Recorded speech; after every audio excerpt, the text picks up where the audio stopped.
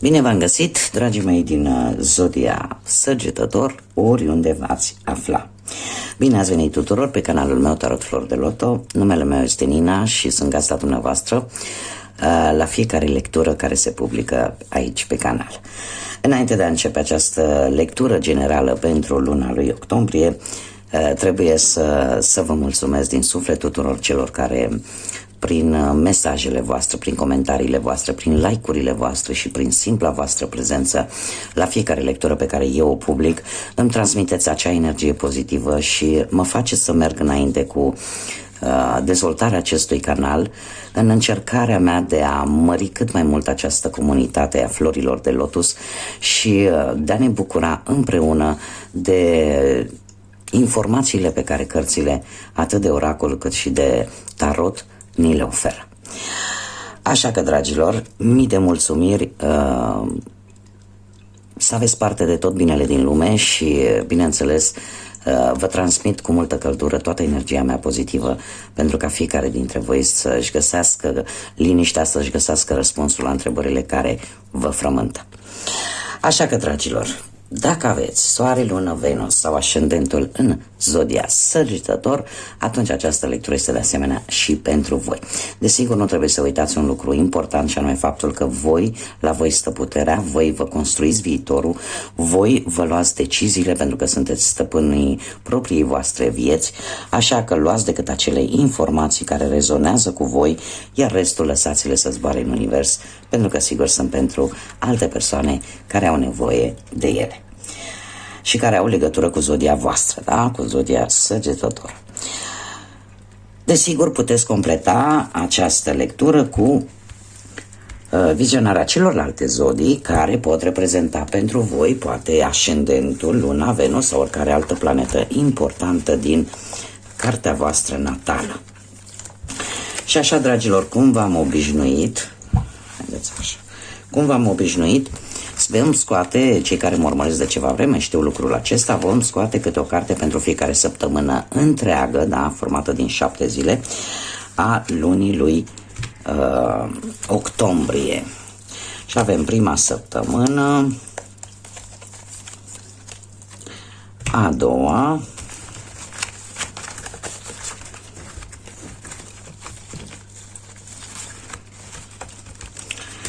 după cum știți, folosesc acest oracol al frunzelor de ceai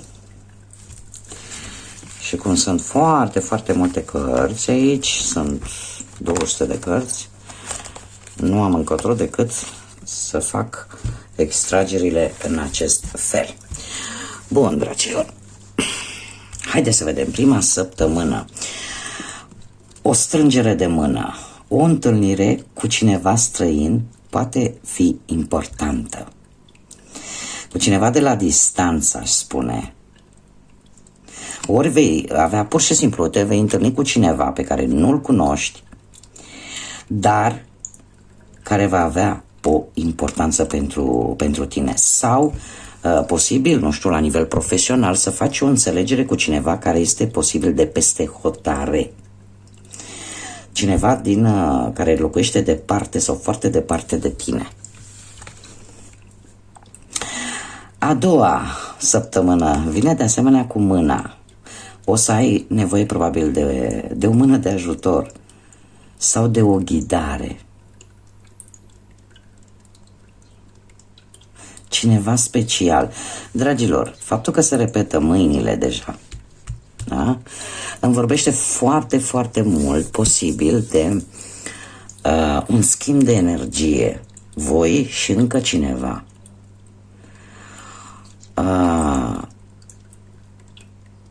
Probabil că, în afară de faptul că vei întâlni o persoană total străină, o persoană pe care nu o cunoașteți, posibil această persoană să vă ajute într-o anumită problemă, într-o anumită situație, sau pur și simplu întâlnirea cu această persoană să o simțiți ca o energie puternică care vine să vă ghideze, care vine să vă asiste și să vă ajute acolo unde aveți mai mare nevoie.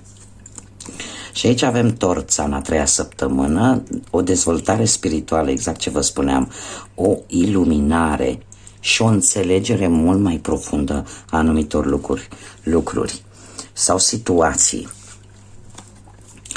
Vreau să văd și ultima carte și avem Sulița.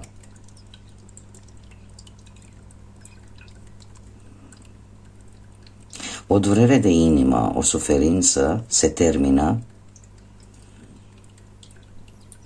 sau unii dintre voi posibil să vă simțiți oarecum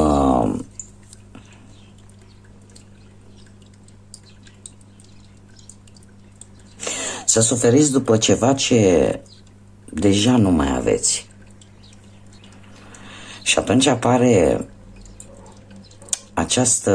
această dezvoltare la nivel spiritual. Trebuie să vă spun un lucru, am simțit deja de la a doua carte pe care am pus-o. Dragilor, sunt persoane care vin în viața noastră, persoane necunoscute, dar care vin în momente cheie din viața noastră, că sunt trimise de univers, că sunt trimise de Dumnezeu, de îngeri, de cine vreți voi. Cert este că El apar în viața noastră cu un scop și acela poate de a ne ghida, de a ne oferi compasiune, de a ne oferi acel sprijin în momente cheie din viața noastră. Și așa simt și asta vă spun, ceea ce simt și ceea ce văd din aceste cărți, că voi în luna lui octombrie veți întâlni o asemenea persoană. Sunt persoane care sunt pasagere în viețile noastre, care nu rămân, vin, își fac treaba, după care dispar. Acele persoane nu sunt pur întâmplătoare. Ele vin acolo ca să ne ofere un sprijin. Și se pare că unii dintre voi, eu zic că o suferință pe care ați ținut-o în interiorul vostru pentru ceva ce nu mai aveți deja, eu aș spune că se va termina.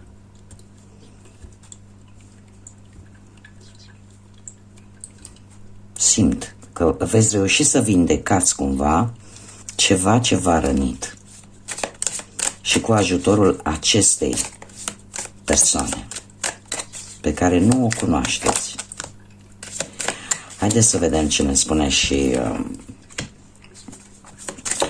acest oracol al trandafirului mistic.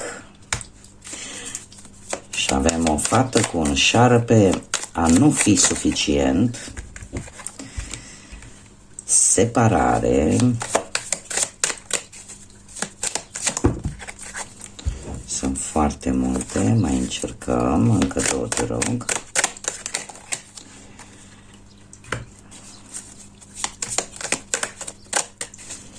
Dragilor, suflete pereche, unii dintre voi v-ați simțit foarte folosiți. V-ați simțit foarte folosiți sau poate chiar ați simțit că cineva chiar vă vrea rău la modul cel mai serios. Și veți pune limite.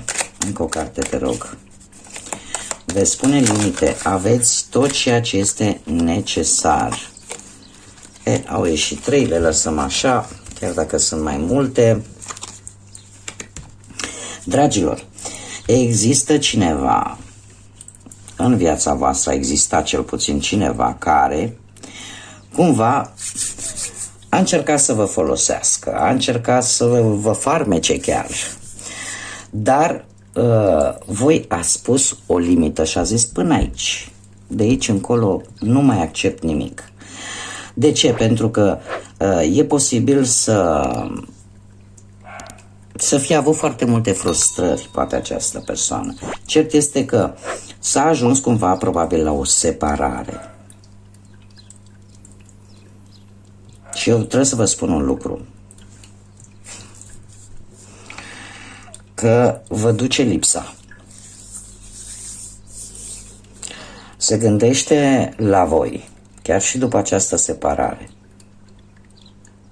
Și își dă seama că s-a cam sabotat singurel sau singurică. De ce? Pentru că după această separare sau această separare a adus un viitor foarte nesigur. Un viitor în care parcă nu prea vede o portiță de ieșire. În schimb, Ce pot eu să vă spun? Apare un suflet, o conexiune de suflete pereche, în care voi, tocmai pentru că ați trecut prin ce ați trecut, veți încerca să purtați o mască. Veți încerca să ascundeți adevăratele voastre sentimente. Și mare atenție, pentru că puteți fi interpretat ca fiind narcisiști. Ca să o spun cum trebuie, da? Adică posibil ca cealaltă persoană să vă vadă ca pe o persoană care sunteți foarte mândră de voi, care nu vă vedeți decât pe voi, și nu este așa. E o mască pe care voi o afișați, ca și cum nu v-ar interesa. De ce? Pentru că există această teamă de a vă mai arăta dintr-o dată toate sentimentele. Ce pot eu să vă spun? Și tocmai de aceea, probabil că mi-au ieșit atât de multe cărți, avem o vindecare la nivel de inimă, la nivel de suflet. Avem vindecarea inimii. Da?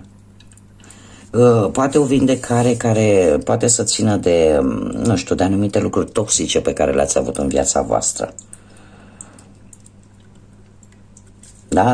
Sau anumite adicții posibil pe care le-ați avut în viața voastră. Poate să fie chiar și o obsesie vis-a-vis de o persoană. Da? Tot un fel de adicție este. Tot ceva toxic este. Dar luna aceasta lui octombrie se pare că nu veți mai accepta orice. Nu știu, tind să cred că luna lui octombrie, cam pentru, să zic așa, majoritatea zodiilor, este o lună în care oamenii își dau seama de ce să accepte și ce nu în viața lor. Da? E ca și cum se umple paharul cam pentru majoritatea zodiilor. Haideți să vedem ce ne spune și tarotul, ce mesaje, ce energii, ce sfaturi vin pentru voi, dragilor, din Săgetător în această lună octombrie. Și apropo de acest narcisism care tindeți așa să vă caracterizeze în această lună, trebuie să vă spun un lucru: nu toți oamenii sunt la fel și, într-adevăr, este în momentul în care treci printr-o experiență total neplăcută, mai ales în ceea ce privește dragostea și relațiile astea interumane, tinzi la un moment dat, desigur, să spui nu mai spun și nu mai arăt și nu mai mă gândesc numai la mine și nu să mai arăt niciun fel de sentiment la nimeni. Dar trebuie să țineți cont de un simplu fapt, și anume că nu toată lumea este la fel. Că sigur există persoane asemenea vouă, care poate au trecut și ele la rândul lor prin aceleași situații negative cum ați trecut și voi, și poate și acele persoane au nevoie să se simtă iubite. Singurul lucru care probabil ar trebui cu toții să-l facem când traversăm perioade de genul ăsta este acela de, într-adevăr, de a fi precauți, dar de a nu ne schimba cu totul. Da? Dacă ne place să iubim într-un anumit fel, da, să nu pierdem aceste lucruri pozitive doar pentru simplu fapt că am trecut printr-o experiență negativă. Poate că acea persoană chiar nu merita, dar poate sunt altele care chiar ar merita să vă comportați cu ele, poate cu același drag și cu aceeași iubire. Sau poate mai mult de atât. Da? Să nu renunțați. Ideea care este? Să nu renunțați la lucrurile pozitive care vă caracterizează. Pentru că alea, de fapt, sunt cele mai importante la un om, la o persoană, indiferent că sunteți doamne sau domni. Haideți să vedem ce ne spune tarotul, dragilor. Avem un rege de spade, avem un 3 de cupe, un 4 de monede, un cavaler de monede și steaua este aliatul vostru în această lună, cel care vă sprijină, arcanul major care vă sprijină. Haideți să luăm cu începutul și pe urmă vă povestesc. Regele de spade, la situația actuală, îmi vorbește foarte mult de zodii de aer. Zodii de aer, Gemeni, Balanță sau Vărsător. Posibil unii dintre voi să fie avut de-a face cu aceste zodii sau persoane din aceste zodii. Regele de spade în general este un rege cu un intelect destul de puternic, care nu prea își arată sentimentele, ce să vezi, foarte serios, foarte, cum să spun eu, ferm, hotărât, da? Și care nu lasă ca sentimentele sau emoțiile să-i influențeze în vreun fel deciziile. E posibil să vorbim despre un tată sever, foarte autoritar, care nu prea suportă încălcarea regulilor.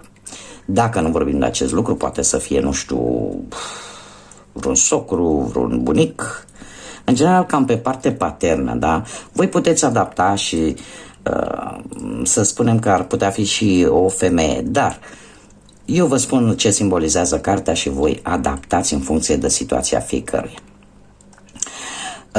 Acum, dacă nu vorbim de o persoană cu aceste caracteristici, trebuie să vă spun că situația actuală, pentru unii dintre voi cel puțin, este una în care voi efectiv ați împrumutat aceste caracteristici, sunteți mai severi, nu vă mai arătați foarte bine, așa cum bine vedem, nu vă mai arătați foarte bine sentimentele.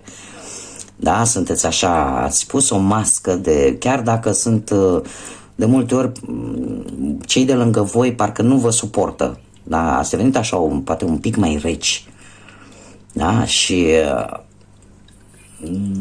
sunteți într-un fel, cum bine am văzut și cu aceste limite, da, tocmai din teama de a nu mai fi răniți, luați această atitudine acestui rege de spade, care este foarte dur. Da?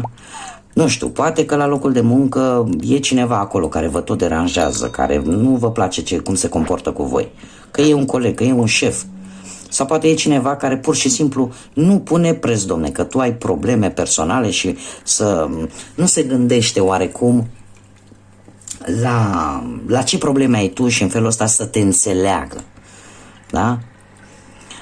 Poate unii dintre voi încercați să gândiți așa cât mai logic, cât mai rațional, în căutarea poate a unui alt loc de muncă.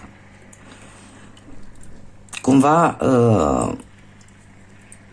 eu tind să cred că unii dintre voi chiar poate ați cerut ajutorul unor persoane posibil cu aceste caracteristici care le-am enumerat un pic mai înainte, sau care e posibil să fie chiar dintr-o zodie de aer, cum am mai spus, Gemeni, Balanță sau Vărsător. Dacă vorbim de bănuți, situația actuală se pare că ați înțeles foarte bine cam care e situația materială a voastră și chiar dacă sunt ceva probleme, probabil că ați cerut sfatul unui specialist în domeniul ăsta financiar, în așa fel încât să-ți faci așa un plan și un plan de redresare financiară, da? Și lucrurile să înceapă să meargă. Dacă vorbim de dragoste, unii dintre voi posibil să fiți într-o pereche, într-o relație. Și atunci, ori tu, ori perechea ta, încercați să fiți, nu știu de ce, mai autoritari, mai duri. Sau poate că unul încearcă să-l domine mai mult pe celălalt, indiferent că vorbim de voi sau vorbim de perechea voastră. Așa că se cere un pic de moderație de ambele părți. Da? Pentru că două pietre tari niciodată nu vor... nu va ieși bine, va ieși scântei. Cei singurei se pare că ați cunoscut probabil sau veți cunoaște cât de curând pe cineva cu un intelect, cum am mai spus, foarte bun, foarte hotărât, dacă vorbim de un bărbat, și foarte viril, aș spune. Iar dacă vorbim de o femeie, pentru cei care sunteți singuri, posibil să cunoașteți o femeie cu caracteristici un pic mai masculine. Un pic mai masculine și a spune că cu o personalitate foarte dură, foarte hotărâtă, foarte luptătoare și care cu greu își va arăta sentimentele. Cum de asemenea și voi la rândul vostru se pare că sunteți în această fază în care greu vă arătați sentimentele, așa cum bine am văzut și cu această mască. Acum, haideți să vedem cum se vor derula lucrurile în luna lui octombrie și avem un 3 de cupe pe partea profesional. Un 3 de cupe care îmi vorbește de cumva lucrurile la locul de muncă încet se vor a plana, da, veți fi destul de mulțumiți, cumva ambientul ăsta profesional va începe să se mai calmeze și eu aș mai spune pentru cei care, desigur, sunt interesați de acest aspect din punct de vedere profesional, posibil să celebrați un nou job. Da? Există șansa de a celebra un nou job. Pe partea bănuților avem un 4 de monede, un 4 de monede care ne vorbește de a fi un pic posesiv cu banii. Da? Nu prea dai drumul ușor la bani, cumva și dacă ai avut ceva probleme, ele se vor rezolva și cumva vei fi un pic mai strâns la pungă decât în mod normal. Adică și dacă îți rezolvi situația financiară pe care unde e posibil să fie avut probleme, și am văzut bine că unii dintre voi chiar vor cere sfatul unui specialist pentru a rezolva anumite probleme financiare, se pare că după toate aceste întâmplări cumva deveniți un pic mai posesivi și mult mai strânși la pungă, da? Nu veți mai cheltui așa din impuls și veți încerca să economisiți cât mai mult. Pe partea dragostei, dragilor, ia uite ce avem noi aici, un cavaler de monede. Un cavaler de monede care ne vorbește despre persoane care vin în viața voastră după mult timp și care vin încet, dar sigur. Și cum bine am văzut aici, avem o întâlnire cu cineva, cu un străin sau o străină, cu cineva străin pe care nu-l cunoști, dar care va fi important pentru viața ta. Cavalerul de monede, în general, ne vorbește de cineva foarte meticulos, cineva care știe cu siguranță că va câștiga ceva, care are multă răbdare și are un bun comportament. O persoană foarte responsabilă care, în general, caută acea siguranță, da, a familiei, a relației, a celor dragi. O persoană destul de perfecționistă și destul de responsabilă, da? Și care încearcă atât cât poate să-și țină promisiunile. Dacă vorbim de dragoste, dragilor, că v-am descris așa în mare cam cum arată acest cavaler de monede, trebuie să vă spun că pentru cei care sunteți într-o relație, că trebuie să lucrați împreună la acea relație, ca ea să funcționeze, ea să aibă acel nucleu sănătos. Chiar dacă lucrurile se vor mișca așa un pic mai lent, dar soluții există pentru cei care desigur aveți ceva probleme în relație, doar că trebuie să lucrați, cum am mai spus, amândoi la relație. Cei care sunteți singurei, o schimbare care, cum să spune, te va duce, nu știu, o situație care te va duce să cunoști pe cineva nou. Și exact cum e poziționată această carte, este cineva pe care nu-l cunoașteți. Da? Este cineva pe care nu-l cunoașteți și care vine de departe, așa cum bine am văzut și aici. Ce pot să vă spun decât că e posibil, dar nu obligatoriu, să aibă legătură cu zodiile de pământ. Mai precis cu Taur, Fecioară sau Capricorn. Și o persoană care de asemenea ține foarte mult la bani. Nu este o persoană care să cheltuie nemăsurat, este foarte calculată și foarte responsabilă. Acum, haideți să vedem care-i treaba cu aliatul vostru. Cine vă sprijină în această lună octombrie? Și avem Steaua. Steaua care ne vorbește despre a merge înainte. În sfârșit, cumva veți reuși să vedeți ceva bun în viața voastră. Acea lumină pe care voi o așteptați, probabil mai ales pentru cei care au, până în prezent, probabil că au traversat așa un drum sinuos, un drum întunecat și care parcă spuneau, dom'le, nu cred că vor mai veni lucruri bune în viața mea. Apare această lumină pe care Steaua o aduce și odată cu ea apare speranța că totuși nu e totul pierdut și că anumite situații din viața voastră, la modul general, își vor găsi rezolvarea. Steaua ne vorbește despre șanse bune după o perioadă destul de dificilă. Unii dintre voi, și aici este foarte curios pentru că avem aici amândouă se completează, da? Avem aici o dezvoltare spirituală, o iluminare și o înțelegere mult mai profundă a lucrurilor, o apropiere de divinitate, o apropiere spirituală, da? De credință. Steaua, de fapt, asta reprezintă. Nu știu dacă zodia Vărsător vă spune ceva și că tot am venit vorba de zodii. Haideți să vedem cam cu ce zodii vă puteți confrunta în această lună. Pentru cei care veți rezona, avem, cum am mai spus, zodii de aer, Gemeni, Balanță, Vărsător. Avem zodii de pământ, Taur, Fecioară, Capricorn. Avem încă o dată Vărsătorul și eu aș mai spune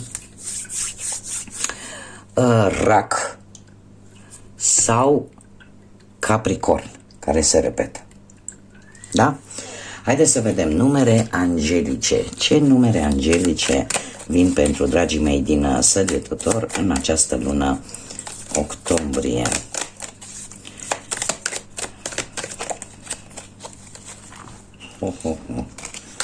Nu așa. Haideți să vedem. Și avem multe rău, dragilor, dar le voi lăsa pe toate ca să nu fie cu supărare. Trebuie să vă spun așa, haideți să o luăm de la cel mai mic la cel mai mare. Avem data de 5 octombrie sau pentru persoanele născute într-o zi de 5 posibil, indiferent de luna în care v-ați născut, care ne vorbește de adaptabilitate și de schimbări. Da? De noi experiențe, de acea flexibilitate de a te adapta unor noi situații. Și ce ne spune? Flexibilitatea este punctul tău forte. Atunci când viața se schimbă, tu te poți adapta destul de ușor noilor circumstanțe și să găsești emoția în această schimbare inoportună, acea schimbare la care nu te așteptai. Așa că fii curajos, curajoasă, fii isteț, isteață în eforturile tale. Ceva se întâmplă pe data de 5 și tare m-aș spera să nu fie chiar această strângere de inimă. Avem data de 11, care este un număr maestru și care nu îl putem reduce pitagoric, care ne vorbește de a fi inovator. Și se pare că voi aveți o mare conștiință de tot ceea ce se întâmplă în jurul vostru. Ai o puternică intuiție, este o calitate și asta te va ajuta să înțelegi sentimentele și gândurile pe care alții nu le exprimă. Este cunoașterea, această cunoaștere de fapt îți permite să fii un mare ghid și un mare sprijin pentru ceilalți. Și aici cred că face referire și la acest arcan major, steaua. Avem iară data de 24 sau data de 6. Da? 6 octombrie sau persoane născute într-o zi de 6 sau într-o zi de 24.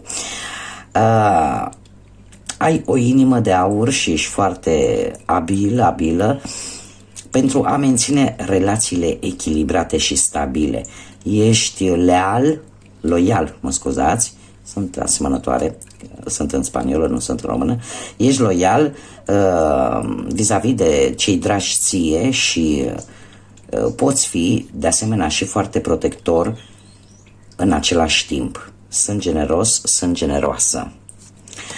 Și avem numărul 29, data de 29 octombrie sau data de 11 octombrie sau persoane născute într-o zi de 11, cum de asemenea persoane născute într-o zi de 29, care ne vorbește de perspicacitate și de se repetă, ești foarte intuitiv, foarte creativ, iar mintea ta gândește foarte vizual, iar ideile îți vin așa parcă de nicăieri.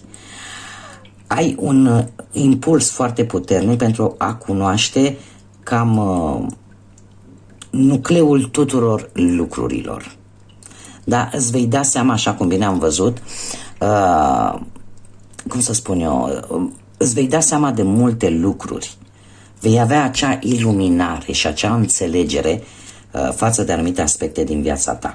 Și mai avem, bineînțeles, numărul 28, care poate să fie 28 octombrie sau 10 octombrie, care să aibă oarece importanță pentru voi. sau persoane născute într-o zi de 10 sau într-o zi de 28, care ne vorbește despre un efort pe care tu îl vei depune pentru a obține lucruri mari.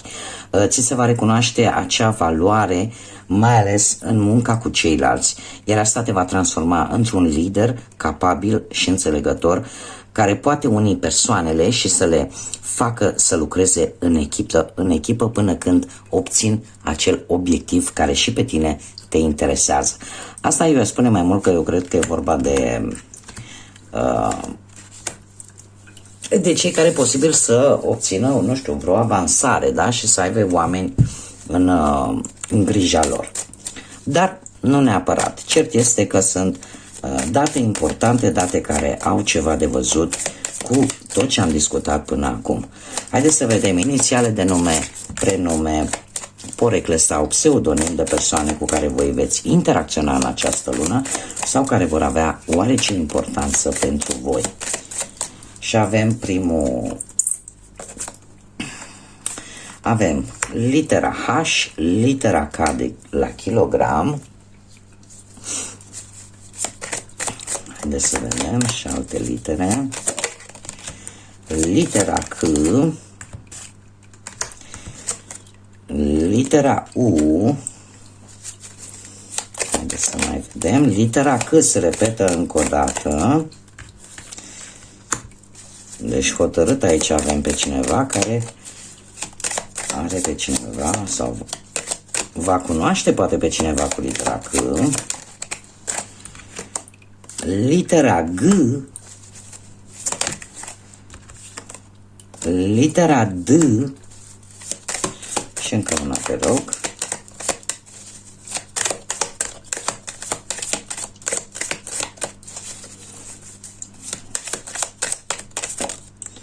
Și litera F.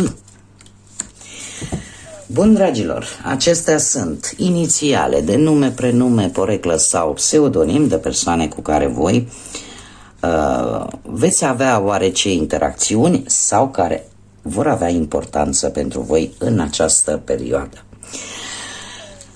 Aceasta a fost lectura pentru voi, dragilor. Eu vă doresc să aveți un octombrie cât mai liniștit, cât mai luminos, cât mai clar și cât mai plin de multă energie pozitivă. Așa că, dragilor, până data viitoare când ne vom revedea, ca de obicei, să fiți iubiți.